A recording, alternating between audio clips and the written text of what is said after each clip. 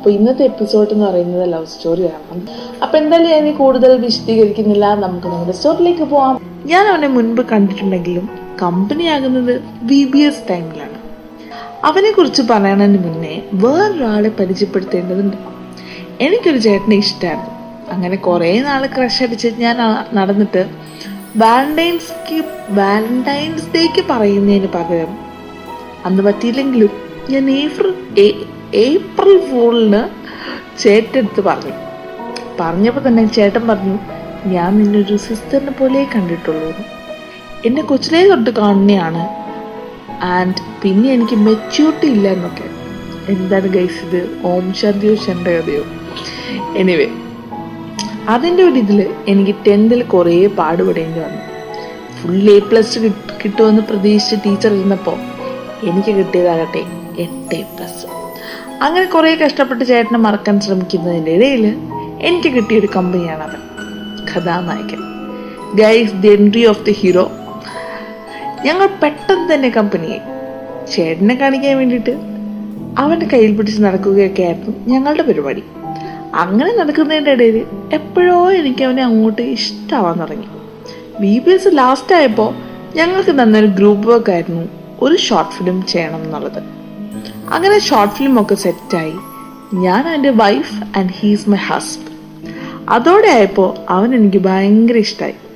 പിന്നെ VBS ടൂറൊക്കെ കഴിഞ്ഞ് പിറ്റേന്ന് ഞാൻ അവൻ്റെ അടുത്ത് പറഞ്ഞു. ആ ടൈമിൽ അവൻ ജസ്റ്റ് ഒരു ബ്രേക്കപ്പ് ഒക്കെ കഴിഞ്ഞ് നിൽക്കുകയായിരുന്നു. അവന് വേറൊരാളെ നോക്കുന്നതിനെ കുറിച്ചൊന്നും ചിന്തിച്ചിട്ട് പോലുമില്ല. ബട്ട് എങ്ങനെ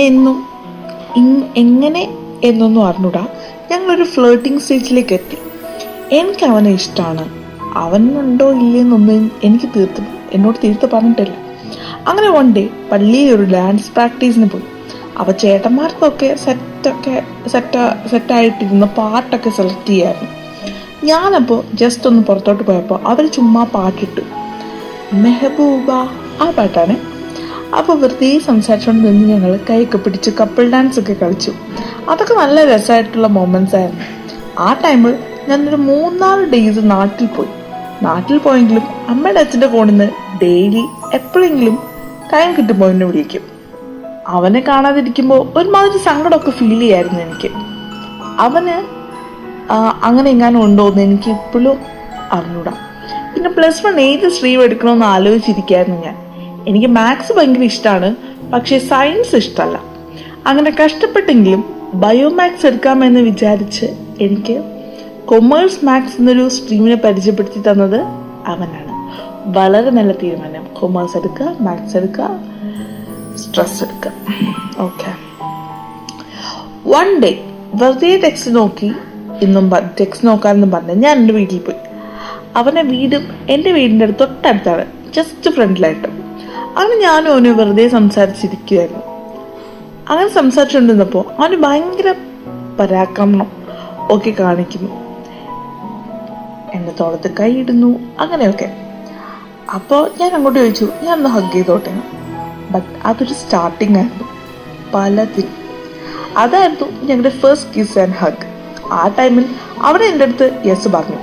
അങ്ങനെ ഞങ്ങൾ കമ്മിറ്റഡായി. പിന്നെ ഒരു 2 ടൈംസ് കൂടി ഹഗും ഒക്കെ നടന്ന്.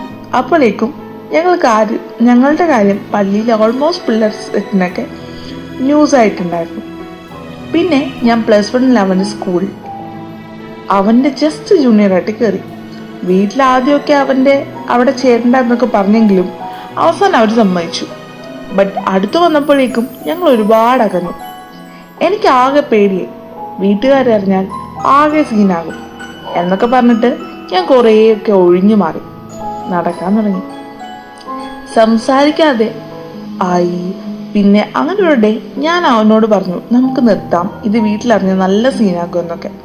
ബട്ട് അവനൊരു ഡൗട്ട് പോലും ഇല്ലാതെ ഓക്കെ പറഞ്ഞു. അങ്ങനെ അത് നിർത്തി. ആകെ സങ്കടപ്പെട്ട് നടക്കുമ്പോഴാണ് എൻ്റെ ബെസ്റ്റി വെറുതെ എന്നെ പ്രപ്പോസ് ചെയ്തു. ബട്ട് അപ്പോഴത്തെ ആ ഒരു എക്സൈറ്റ്മെൻറ്റിൽ ഞാൻ എസ് പറഞ്ഞു. 2 വീക്സ് അടിപൊളിയായിട്ട് മുന്നോട്ട് പോയി. അവൻ സംസാരിക്കുന്നതും പ്രവർത്തിക്കുന്നതും ഒക്കെ ഇവനെക്കാട്ടിലും കൂടുതൽ കെയറിങ്ങും ലവിങ്ങും ഒക്കെ ആയിട്ടാണ്. ബട്ട് അത് ആകെ നിലനിന്നത് 2 വീക്സ് ആണ്. സ്കൂൾ കലോത്സവത്തിന് നാടകത്തിൽ അവൻ്റെ കൂടെ വൈഫായിട്ട് അഭിനയിച്ച കുട്ടിയായിട്ട് അവൻ സെറ്റാകുമെന്ന് ആകെപ്പാടെ എനിക്ക് മനസ്സിലായി തുടങ്ങി. അങ്ങനെ ലൈൻ സെറ്റാകുന്ന ഉറപ്പായപ്പോൾ നൈസായിട്ട് അവൻ എന്നെ തേച്ചു. അന്ന് കുറേ സങ്കടമൊക്കെ ഉണ്ടായിരുന്നെങ്കിലും ഞാൻ പെട്ടെന്ന് റിക്കവറായി. കാരണം ഇവനെ ഞാൻ സ്നേഹിച്ചിട്ട് തുടങ്ങിയിട്ടേ ഉള്ളൂ. ഞാനും ഇവനും ബ്രേക്കപ്പ് ആയത് അവൻ്റെ ബർത്ത്ഡേയുടെ അന്നാണ്. ഞാൻ ബർത്ത്ഡേക്ക് പോയി. അപ്പോഴും ടൈം കിട്ടിയപ്പോൾ ഞാൻ അവനോട് പറഞ്ഞു, എടാ ഞാൻ ബ്രേക്കപ്പായി. ഈ ലൈൻ സെറ്റായ കാര്യമൊക്കെ എല്ലാവരും അറിഞ്ഞതായിരുന്നു.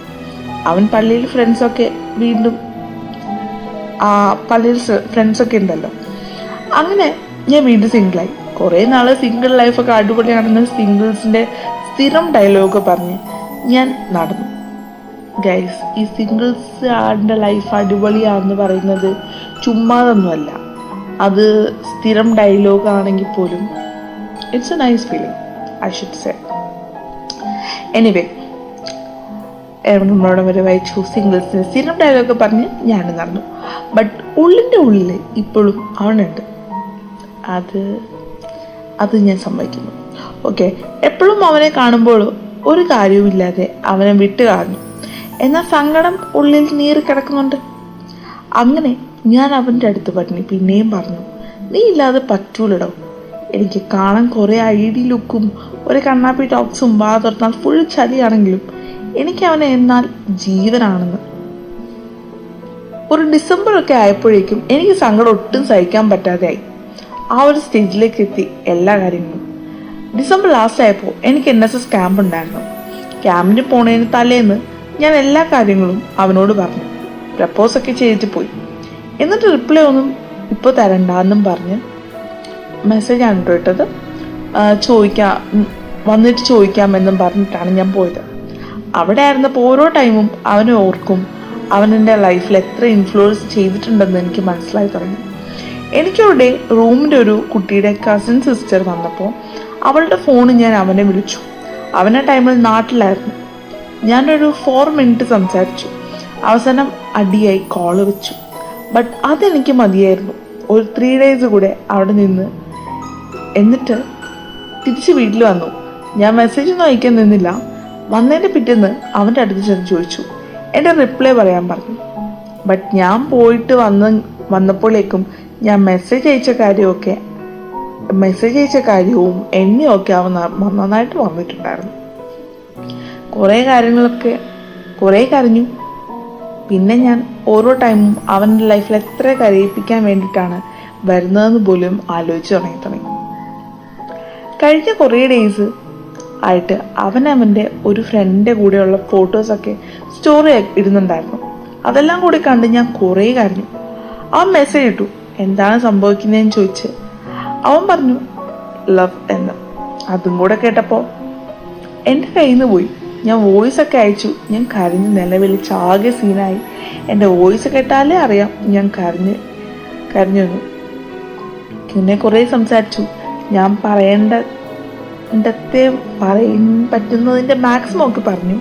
ആൻഡ് നൗ സ്റ്റിൽ എനിക്ക് അവനില്ലാതെ പറ്റില്ല. നാളെ 6th ഫെബ്രുവരിന് ഞാൻ പ്രപ്പോസ് ചെയ്യും. ആൻഡ് ഒന്നുകൂടി പറയണം, ചിലപ്പോൾ ഇതൊരു എല്ലാത്തിനും പുതു തുടക്കമാണെങ്കിലും ഞാൻ ആ കഥ അവസാനിച്ചപ്പോൾ പറഞ്ഞത് പ്രപ്പോസ് ഡേക്ക് അവന് ഞാൻ പ്രപ്പോസ് ചെയ്യും എന്നല്ലേ. ബട്ട് അത് സംഭവിച്ചില്ല. എന്ന് വെച്ചാൽ ഞാൻ പിന്നെ അവനോട് പറഞ്ഞിട്ടില്ല. നമ്മൾ ഒരാളെ എത്ര വട്ടം അവോയ്ഡ് ആക്കുക, അതിനും ഒരു ലിമിറ്റൊക്കെ ഇല്ലേ. മടുത്തു. ഞാൻ അവനെ സ്നേഹിച്ചതിൽ എന്നെ തന്നെ വെറുത്തു തുടങ്ങി. I am unlucky in love. That's the ugly thing I ever did. ഞാൻ ഇപ്പോഴും അവന് വേണ്ടിയിട്ട് പ്രാർത്ഥിക്കും. വേറൊന്നിനും അല്ല, ദൈവത്തിന് കരുണ തോന്നിട്ട് അവനൊരു നല്ല ബുദ്ധി കൊടുക്കാൻ വേണ്ടിയിട്ട്. അവനിപ്പോൾ ഭയങ്കര ചേഞ്ചായി. ഞാൻ സ്നേഹിച്ച ടൈമിലുള്ള സ്വഭാവമൊന്നും അല്ല അവനിപ്പോൾ. ഏതോ വലിയ ചേട്ടനായെന്നൊരു ഭാവമാണ് അവന്. ബട്ട് എനിക്ക് ഇന്നും സഹതാപം മാത്രമേ ഉള്ളൂ അവനോട്. കാരണം അവൻ എല്ലാവരെയും പോലെയല്ല, കുറച്ച് ഡിഫറെൻ്റ് ആണ്. ഈവൻ എൻ്റെ ഫ്രണ്ട്സ് പോലും അവൻ്റെ പടം കണ്ടിട്ട് ഇവനാണോ നീ ഇത്രയും സ്നേഹിച്ചെന്ന് ചോദിച്ചിട്ടുണ്ട്. It hertz. ബട്ട് എന്താ തന്നൂടാ, അവനായിരുന്നു എൻ്റെ എല്ലാം. എനിക്ക് ആരോടും ഒരു ദേഷ്യമില്ല. എനിക്ക് ആരോടും പിണങ്ങിയിരിക്കാനും അറിഞ്ഞൂടാ. ബട്ട് എന്നാലും ഞാൻ അവനോട് കുറേ നാൾ മിണ്ടാതെ നടന്നു. എന്താന്ന് ചോദിച്ചാൽ എനിക്കറിയത്തില്ല. ബട്ട് ഇപ്പോൾ ഞാൻ മിണ്ടും. പക്ഷേ അവനൊരു മാതിരി ശത്രുവിനെ പോലെയാണ് എന്നെ കാണുന്നത്. അതാണ് എനിക്ക് സഹിക്കാൻ പറ്റാത്തത്. ഗൈസ്, ആ ലാസ്റ്റ് പറഞ്ഞ കാര്യമില്ലേ, ഫ്രണ്ട്സ് കണ്ടിട്ട് ഇവനെയാണോ നീ ഇത്ര നാൾ സ്നേഹിച്ചതെന്നൊക്കെ ചോദിക്കുന്നത്.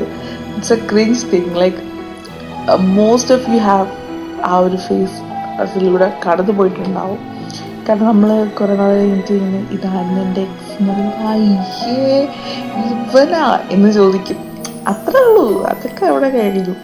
പിന്നൊരു കാര്യം, നമ്മൾ എത്രയൊക്കെ പറഞ്ഞാലും നമ്മുടെ ഒരു എന്താ പറയുക, നമ്മൾ ഇഷ്ടപ്പെട്ട ആളെന്ന് പറഞ്ഞാൽ ഇറ്റ്സ് ഓൾവേസ് ലൈക്ക് അവർ ഫേവറേറ്റ്. സോ അതെന്താന്ന് വെച്ചാൽ അതങ്ങനെയാണ്.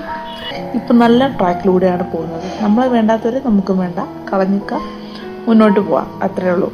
ചില ആൾക്കാർക്ക് ചില തിരിച്ചറിവുകൾ ചില സമയത്ത് ഉണ്ടാവും. അപ്പം മനസ്സിലാവും, ഷോ കളയണ്ടായിരുന്നു, നല്ലതായിരുന്നു അവള് അല്ലെങ്കിൽ അവൻ എന്നെ എത്രമാത്രം സ്നേഹിച്ചതാ, ഞാൻ ആ സ്നേഹം കാണാതെ പോയി. അപ്പം അത്രയും പറഞ്ഞുകൊണ്ട് ഞാൻ ഇന്നത്തെ എപ്പിസോഡ് വൈൻഡപ്പ് ചെയ്യാണ്. That's all for today. Bye bye from Megha.